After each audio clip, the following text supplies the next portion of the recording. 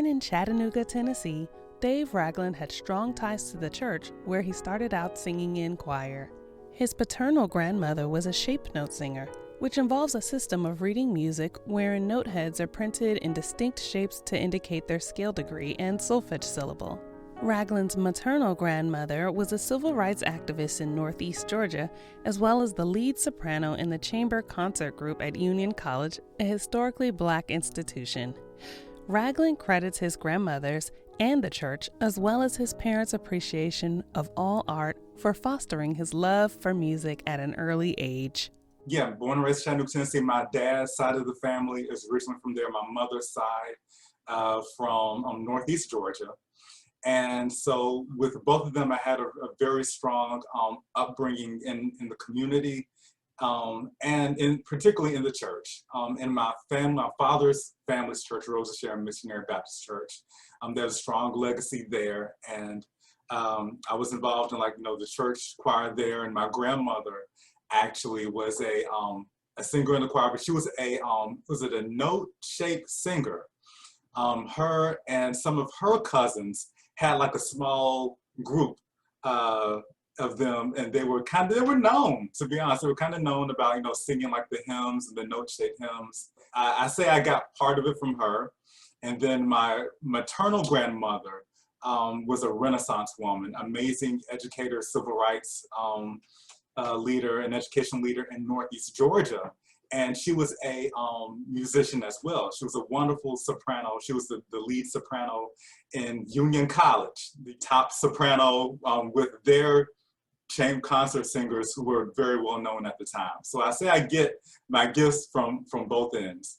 My parents were really kind of more appreciative of the arts, but my dad loved music. He was very passionate. He sung in the male chorus in church. And my mom is a wonderful soprano, but she'll never admit it, and she hates classical music. I would say this with my family, it was great to have more so kind of an appreciation of the arts. And I think that part of the upbringing is something that I really, really respect. And I think, especially now looking at my own musical students, something that I really try to implement, having access to literature, access to poetry, access to Black writers, as well as all forms of music. Ragland is the founder and artistic director of the Inversion Vocal Ensemble, known to perform a wide range of genres from classical to contemporary gospel to jazz standards and more. Inversion has performed with artists such as Brandi Carlile, Becca Stevens, Reverend Jesse Jackson, Dr. Roland Carter, and Grammy nominee Ruby Amanfu. So Inversion Vocal Ensemble came about, I want to say about 2012. Actually, before that, it was a guys a cappella group, believe it or not. I became a member of Phi Mu Alpha music fraternity. And so one of the presidents or vice presidents really wanted some of us who had just came through to form a musical group to kind of, go around town, really, basically, and just sing like some, guys a cappella stuff and all of that. He was the guy who kind of put it together. He was a big fan of Take Six and Boyz II Men. So we ended up kind of doing that, and we were pretty successful. And life kind of happened. People had to go to graduate school and get married and all of that stuff. But we still had some things on the calendar. We were rehearsing at my house, and one of my housemates was like, "Hey, Dave, I see what y'all are gonna do in Chattanooga. I know the people who are on this, and they're really expecting for you all to bring it. This isn't really like a little parlor, this is a major situation." So my housemate ended up calling some friends. I ended up calling some friends, some group members that called some friends, and we're like, "Hey, y'all, look, we got this one last gig in Chattanooga. We have to go in there and just, blow the roof off of this, and that'll be it. This is my only favor we're asking for you all. And so we did that, and we asked some ladies. We asked some ladies to come with us and all of that. And it turned out phenomenal. It was great. So we were like, y'all did well. Like, is this something that we actually might want to pursue? And so we just kind of sat at the tables like, yes, we'll do this. We'll do it. Well, the original name of the group was One Accord. 1A-CHORD. So a play on words, One Accord. But the ladies in the group said, hey, we don't like that name. That was a guys group. It's a whole new situation. So we need to change the name. So it's like, okay, fine. So we said, I called it Inversion, because since the name of the guys group was One Accord, when you change a chord or modify it, it's called an inversion. So that's how we got the name Inversion Vocal Ensemble. The chord got inverted. So yeah. I first encountered Dave Ragland because I heard Catherine Jolly, a fantastic soprano who's teaching at IU for a few years while I was there. She's saying, I believe in the sun when it's not shining. I believe in God even when he is silent. Beautiful poem. And it was so immediately beautiful. I mean, I feel like Dave Ragland must have H. Leslie Adams in his ear, because they have a very similar approachability, but with emotional clarity and realness. Yeah, realness, that's my scholarly term for today, realness. Trap scholar time. I love Dave Ragland's music. I think it's gorgeous. His spiritual settings always are unique and add something to the conversation. And he has a great ear for voices. He's a singer himself. I believe he's a music educator, and you can tell that he knows how the voice works.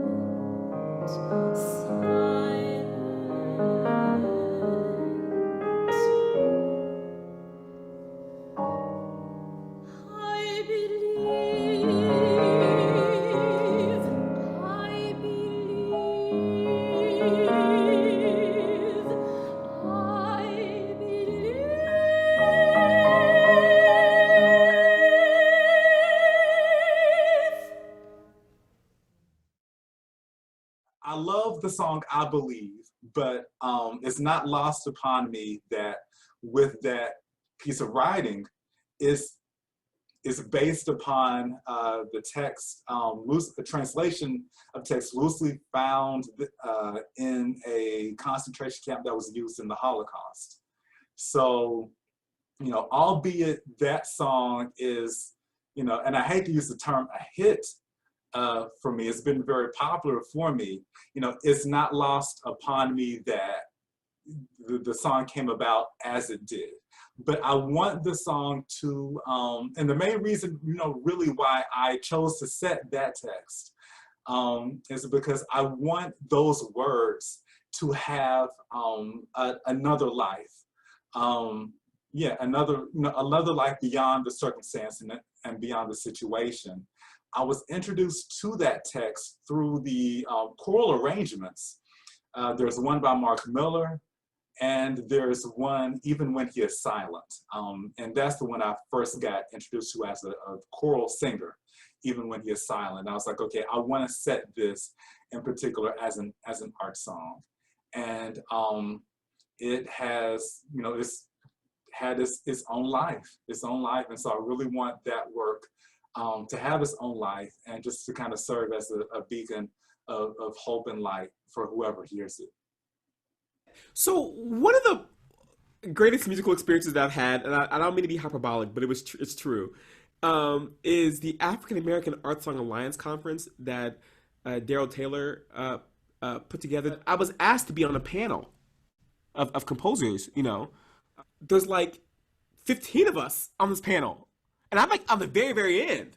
I'm like, oh, I may have something to add to this. I may not, but I'm just listening to all these other people, you know? And it was so great. And Dave Ragland was one of the composers there. And so that's where I first met Dave. He had some songs performed there. One song called I Believe, a little art song. That was performed there, and I just really, first of all, he's a great person, just a beautiful person to be around, and so I got to know him then. Yeah, he's just a great soul and just a fantastic composer. In 2020, Ragland composed One Vote One in honor of African American women's suffrage for Nashville Opera in the first commission of the company's history. So One Vote One was an opera that, it was initially a project pretty much initiated by Nashville Opera. They, along with a lot of arts organizations in Nashville, were planning on doing works or what have you to pay homage to the centennial of women's suffrage. And so with Nashville Opera and John Humes, the artistic director of it, him being who he is, he always wants to do something that either pushes an envelope or is kind of a step forward, or, you know, something that kind of, you know, advancing or something new. And so he decided, as far as paying homage to women's suffrage, maybe not necessarily doing like a traditional, you know, song cycle or, you know, or focus on like a Susan B. Anthony or something like that. But he wanted to really shine a light on kind of some unheard voices of women's suffrage. And so he wanted to, you know, pay attention to like Black suffragettes. And so with his influence and also with some of the other staff at Nashville Opera too as well, it kind of got settled upon our, you know, our Black suffragettes like Frankie Pierce, but also to, you know, shining the light on the fact that even though the 19th Amendment passed, still with a lot of people, there wasn't necessarily the right to vote, or should we say that there were still hindrances for everyone to vote. And so it was the idea of, you know, the Nashville Opera to also say, hey, let's also look at some pioneers for civil rights and voting rights too as well. And so the story just kind of said, we're gonna hone in on Juno Frankie Pierce and also Diane Nash, in particular because, you know, we're in Tennessee, Nashville, and there's that Nashville, Tennessee connection. The reason why I really love his writing, it's very honest and sincere, and I haven't asked him this. I don't know if this is true or not, but I also feel like he focuses so much on the text because his his music um it's not just piano and accompaniment. Like my works, I never call my works just solos. They're all duets or trios. So it's for baritone and piano. Um, um, and I feel like his approach is the same way. I think, the piano has something to say too, right? The cello, if there's a cello involved, it has something to say too. And I really admire that about his music.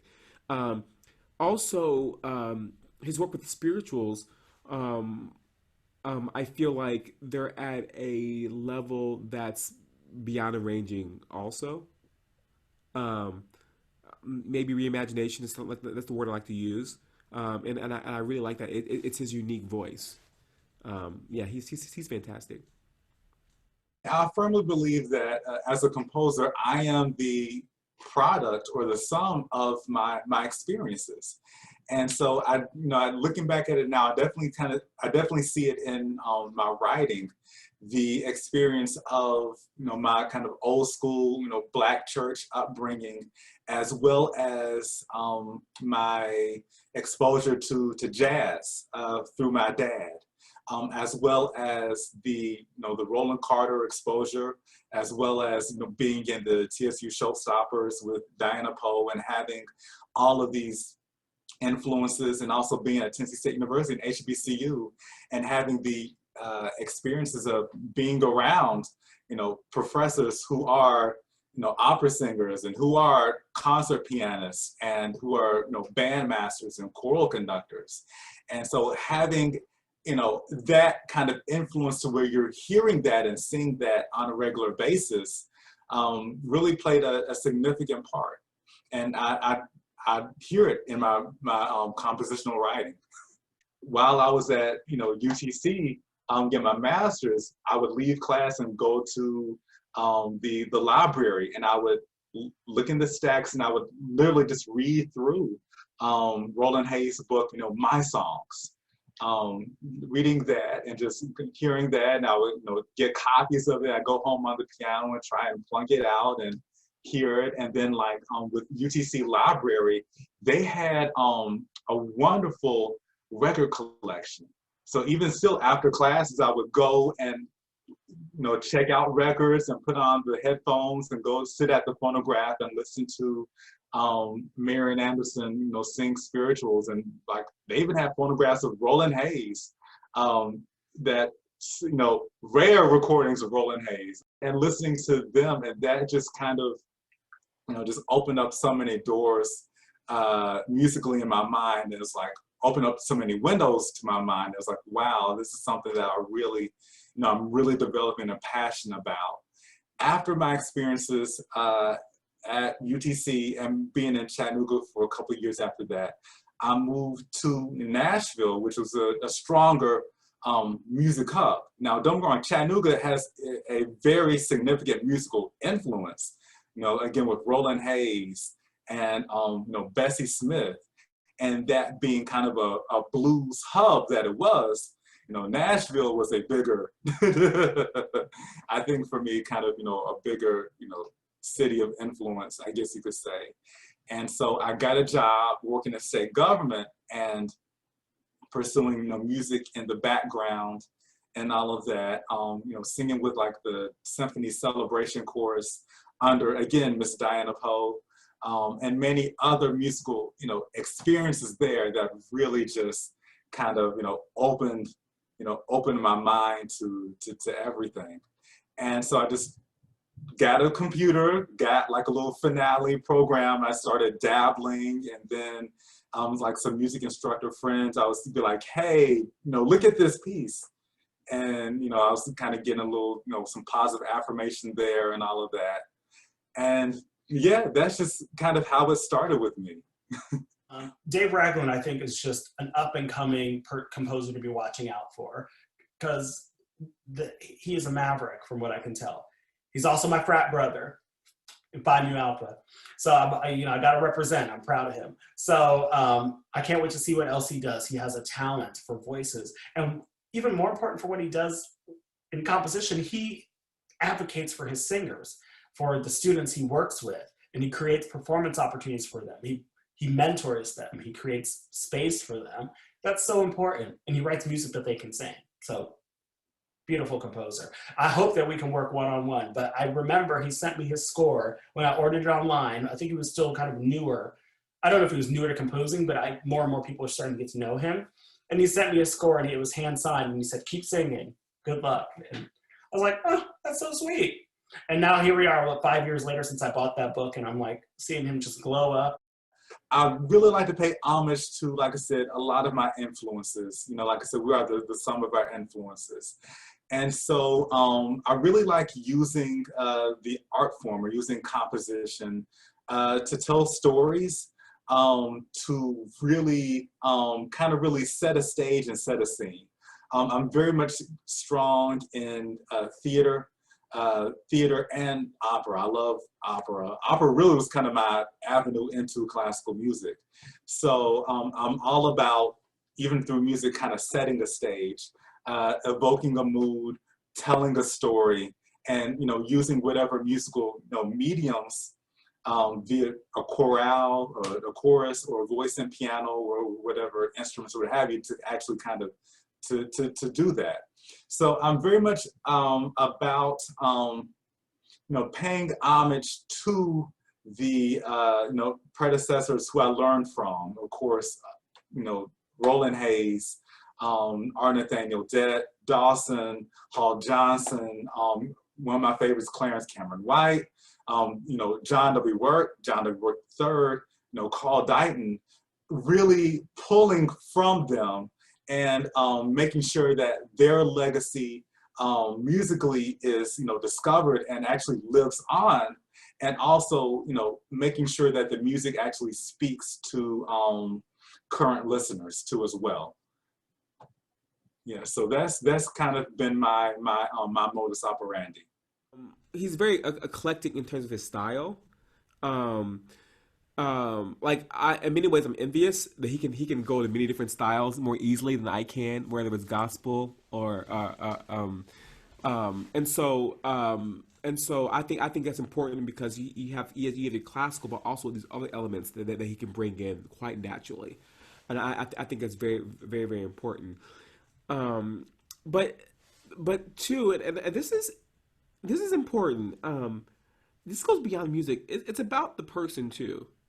You want to be around good people, nice people, humble people, right? And I think he's that.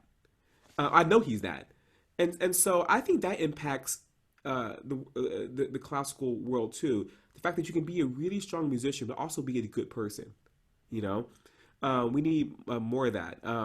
Again, I don't want to disparage classical musicians, because there are lots of great classical artists out there, but just to be, just a great musician is also just nice, humble, kind. I like kindness. I like humility. I like good people, and he's one of those. I love his setting of Calvary. There's a reason why I have not said that spiritual, because this is really good.